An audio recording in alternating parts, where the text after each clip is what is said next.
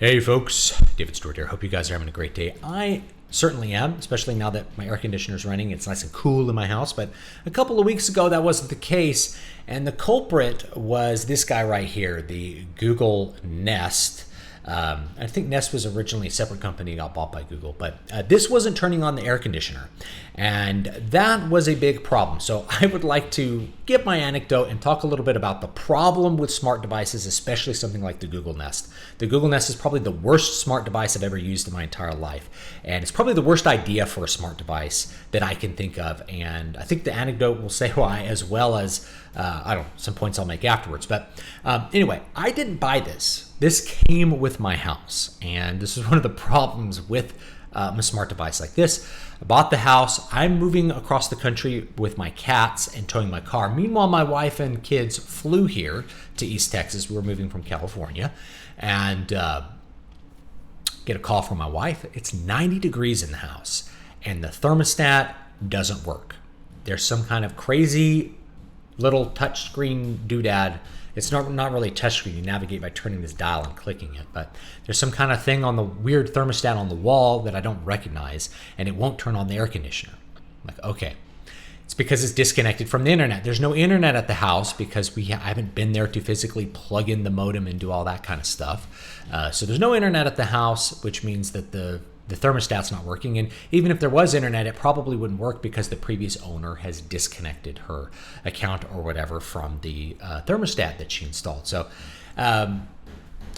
my wife figures it out. She looks it up online. How do I use this like a regular thermostat? She manages to set it in a mode where you can at least set the temperature and turn on the air conditioner. And so she goes ahead and does that. A couple days later, I get there with the cats, and the air conditioner's on, and it's nice in the house, but it's a little warm, so I go to turn it down, and there's like a 2-hour delay on it. Now, this is something that this thing would continue to do off and on as we're trying to figure out what's wrong with our air conditioner. First, we think, okay, there's something wrong with the AC, but this wouldn't turn on the AC. And we'd go to turn on the air conditioner, and it would set a 2-hour delay. It would delay. It wouldn't turn it on. It would want to wait hours to turn it on. I look it up. It's like, oh, you need to charge it. So to take it off, there's a charging port in the back, and we're supposed to go plug in the thermostat and charge the thermostat in order to use it.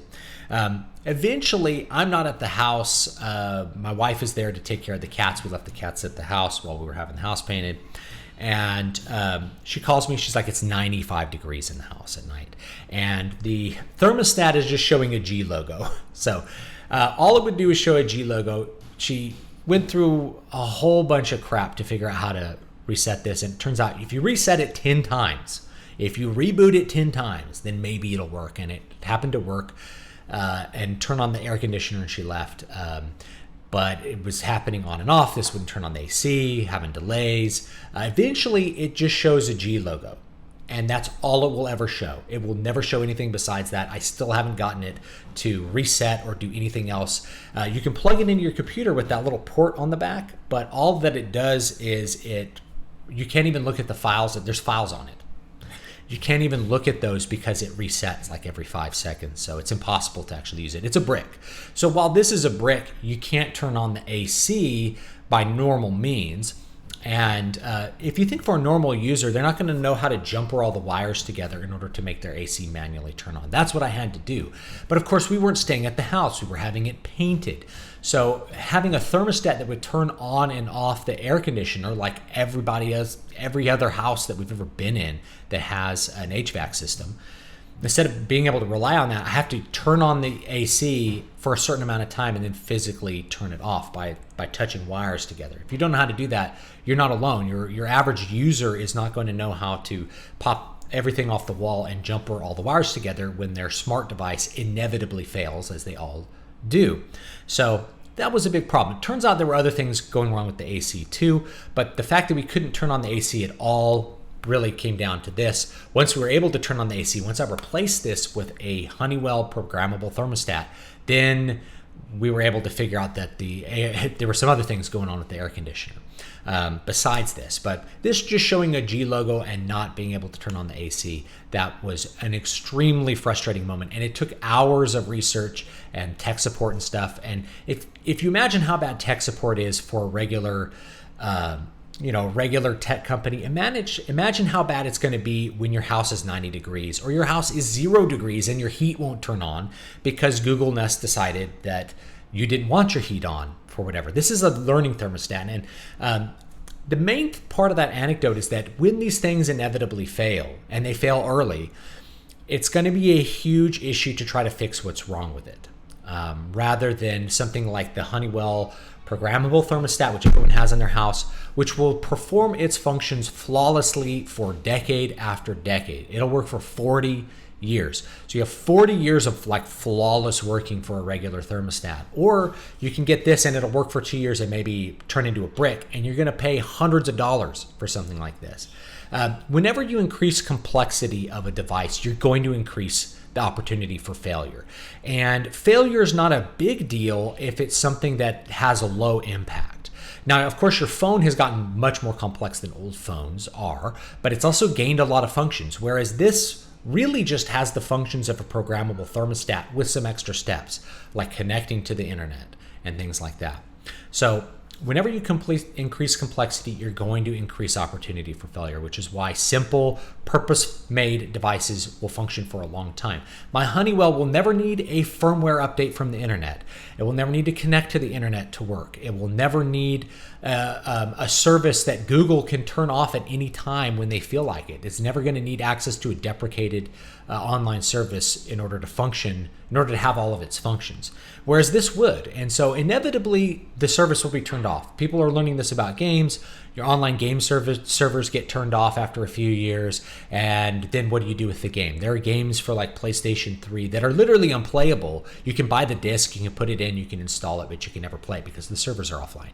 And there's no way to, say, like create private servers for it using the regular systems that are available. So eventually the service will get turned off, and then this goes back to being a stupid thermostat or just not functioning at all. But chances are that the device as a whole will fail long before that because, again, you're adding complexity to something that's simple. You're not adding functions to it. You're really just performing the same functions as always. Now, what is kind of cool, I guess the only function that really is added is that you could turn on the heat or the air conditioner from your phone. Like, that's kind of a cool thing, that you could just like turn on your AC from your phone rather than having to get up and do it. Or if like it's a cold morning, you could turn on the heat in the house before you get out of bed. Like, that's cool.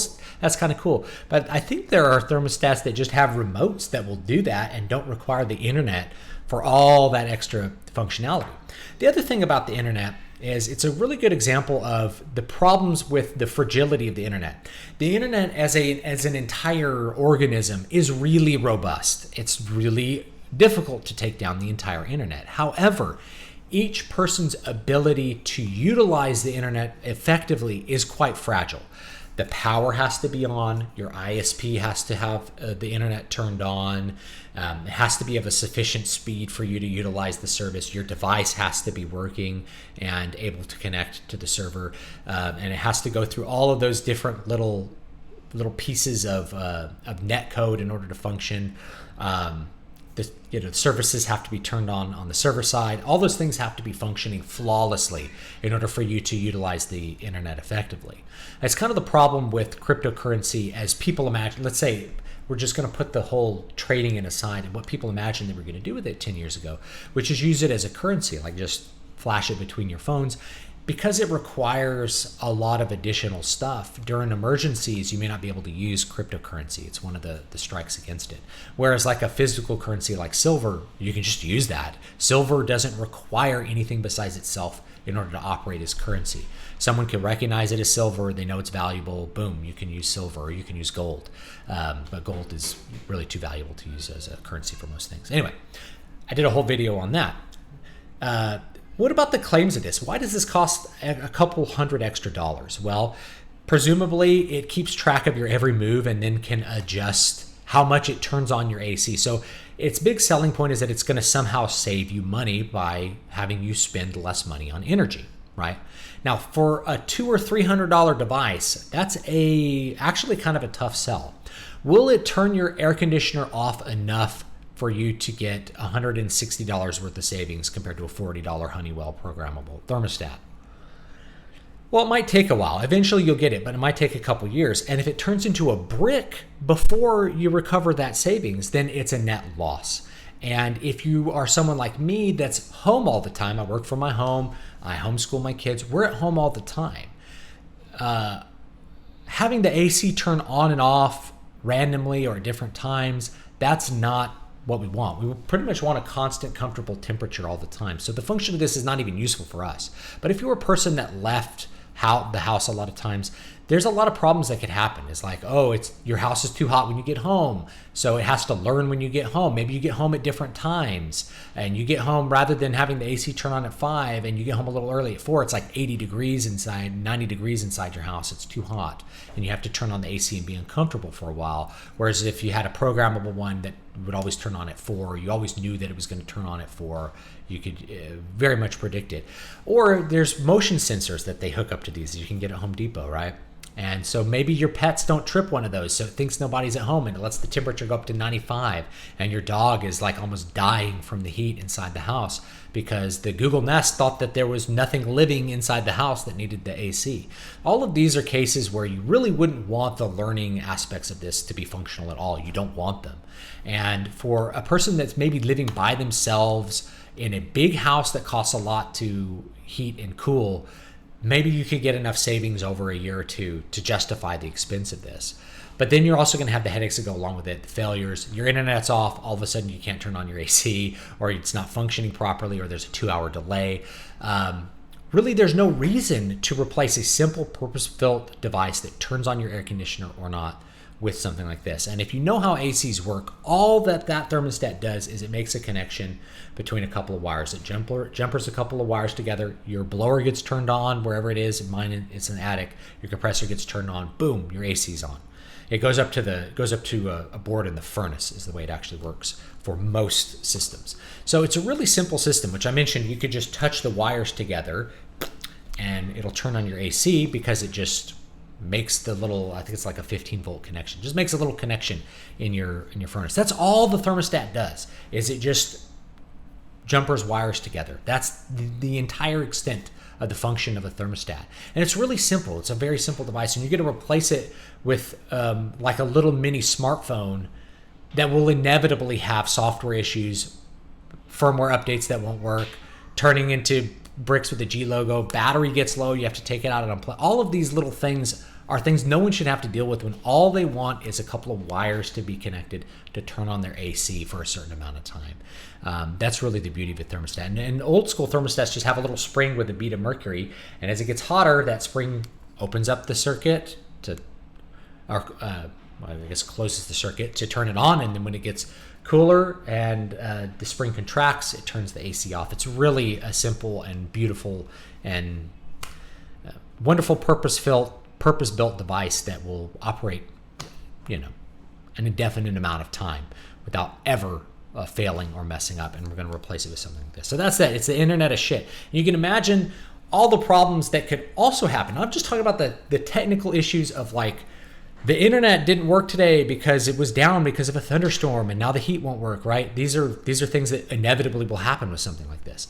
But then there's the dystopian angle too, which is like your smart fridge decides to let all your food get warm because you said something naughty on Twitter. Your Google Nest won't turn on the AC because you got banned from Google because you said the N-word somewhere, right? These are all issues that can happen with smart devices as well, is that because they're run by big tech companies, maybe they ban your account, and then all of a sudden you lose the function of something that you paid for. You lose its functionality because you're dependent on them keeping the service operating. Same thing if they decide to turn the service off, like I said, which eventually they will. Eventually they just will deprecate the service, they'll turn it off, and then your device won't work the way that you wanted it to. Meanwhile, the device that doesn't connect to the internet, that's its own thing, completely self-contained, that'll work for decades.